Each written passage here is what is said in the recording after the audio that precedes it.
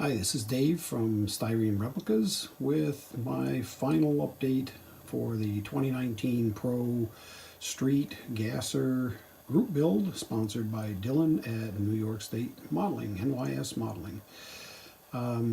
66 Chevy Nova, not a bad kit. I'm going to blame issues on myself for the most part. I mean, yes, the kit had a lot of flash and mold issues that had to be addressed, but in the final analysis, I'm not real happy. You can see as it goes by there, the hood is not fitting exactly right, and that was probably my biggest disappointment next to the paint job. That at the end, the assembling it all together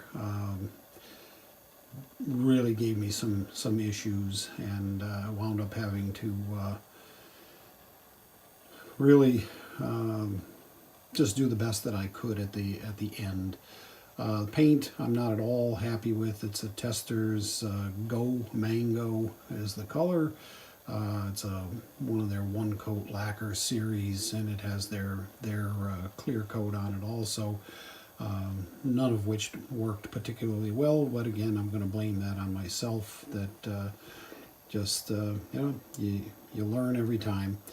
I'll turn this turntable off and film the underside here separately in a moment. But that certainly was an issue. The front end, the spindles, I wound up building my own.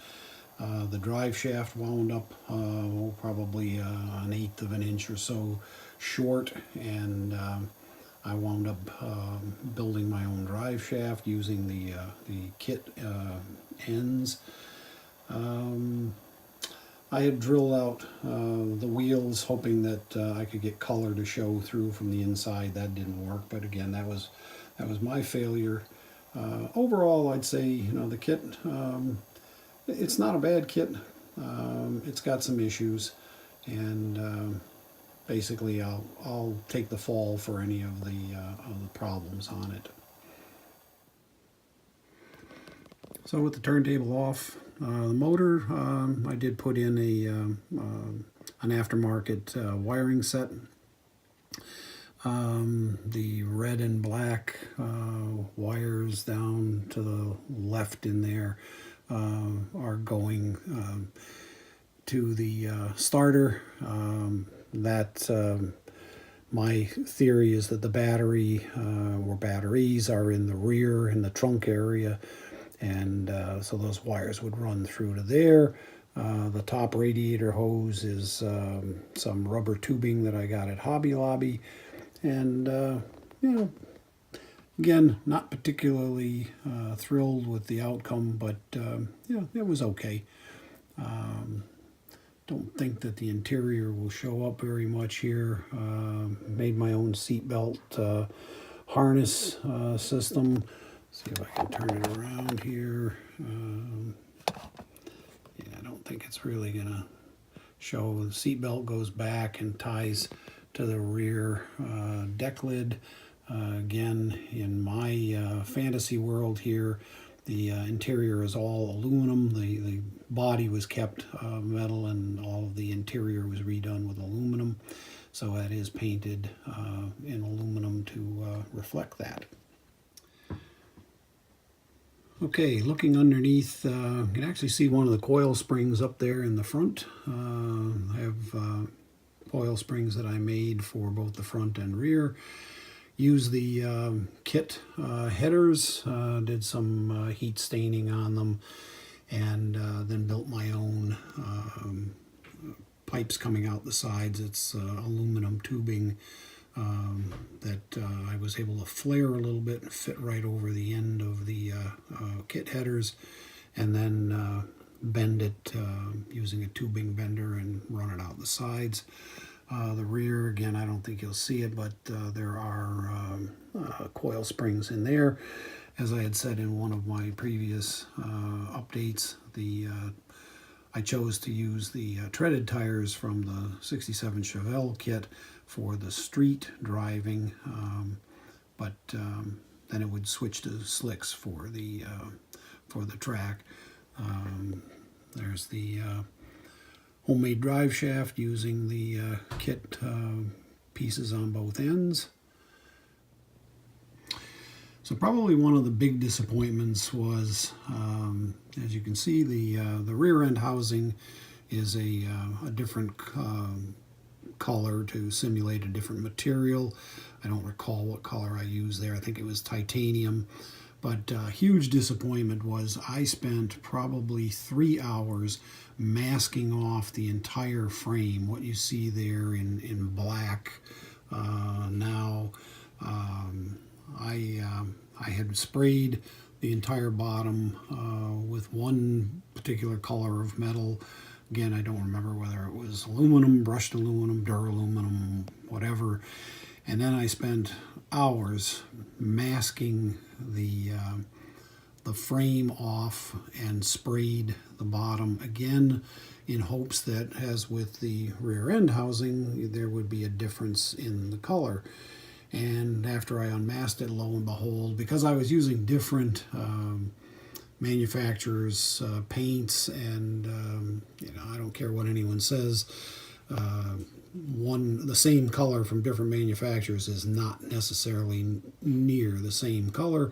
So I unmasked it only to find out that it all looked the same. So I wound up hand painting the black on the frame. And when you hand paint, it isn't as crisp as being masked and airbrushed. So, but again, learning experience. I'll choose colors that have more contrast the next time, and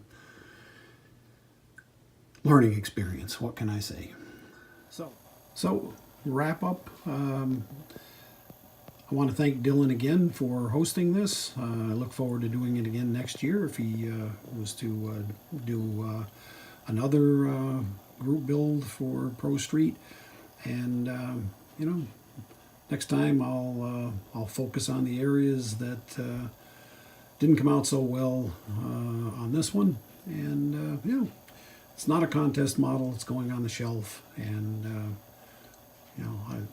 it's all good. It's all learning experience. So again, thank you, and congratulations to everyone else that has and will complete their builds by the 16th. And I'm going to pause now and show you the next build that I'm working on. Actually, I've got a couple going, but one is moving along pretty well, and I'll just give you a quick update on that. This is the next build that I'm working on. It's a Volkswagen Beetle. The kit does not specify the year, but it is very close to 1970, and it's a replica of the first car my wife owned, which was it was this color tan. I don't know how it's coming out on the video, but this was the car that her first car. It was an automatic, which was a bit of a pain in the butt because the shifter was electric. So if your leg touched the shifter while you were driving, or if you put your hand on the shifter while you were driving, it just immediately went into neutral, which isn't the nicest thing in the world. But these are up to the point where the interior is completely done. This is the original colors. The pedal, I modified the pedal to be just a gas and a brake because again, it was an automatic, so it didn't have a clutch pedal. Those are the colors of her car. On the inside was all tan, and there's the trunk lid and the hood, and the dashboard is all done and ready to go in. Have not touched the chassis and motor at this point. We'll get to that next, and I'll post an update video on this when I'm done. So again, Dave from Styrene Replicas, wishing everybody a good day.